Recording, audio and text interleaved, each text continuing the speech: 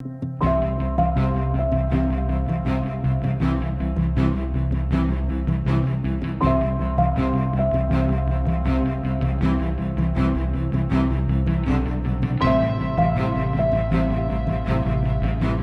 très clairement, aujourd'hui, la clientèle est de plus en plus déçue par les fonds euros dont la performance va casser les caps des 1% à la baisse, et donc ça a de moins en moins d'intérêt.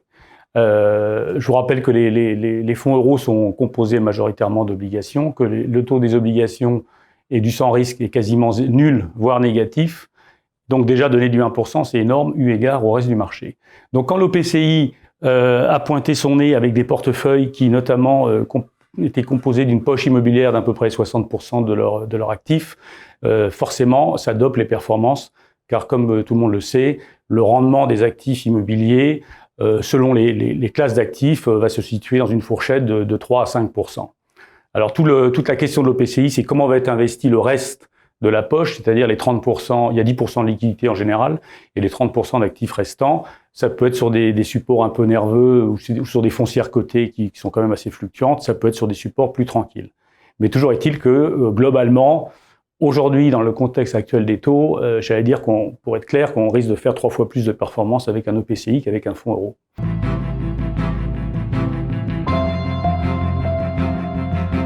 Bon, l'argument pour, ça va être la performance. Comme je vous le disais, l'OPCI va être plus performant. L'argument contre, il faut savoir que c'est pas vraiment... donc c'est un produit qui est très sûr, qui est relativement peu volatile, mais il faut quand même savoir, comme je vous le disais, que vous avez une poche de 30% de valeur autre. Alors si vous avez 30% de valeur autre, style foncière cotée, qui dérouille de 10%, votre OPCI, vous avez 3% de performance en moins. Donc il ne faut pas se voiler la face. Si vraiment les marchés connaissent des situations difficiles, l'OPCI peut avoir une rentabilité globale nulle, voire négative pendant 1 année ou 2 années. Et donc par rapport à un fonds euro, le fonds euro, vous savez que vous allez avoir je dis n'importe quoi, du 0,8%, vous allez les avoir. Là, vous ne savez pas. L'année dernière, la poche action a été très positive sur les OPCI. Donc, on a des OPCI qui ont tiré une performance moyenne de plus de 5%.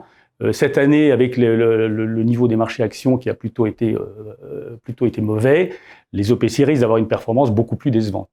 Mais globalement, sur le long terme, l'OPCI tel qu'il est structuré aujourd'hui permet d'espérer une rentabilité bien meilleure que celle du fonds euro.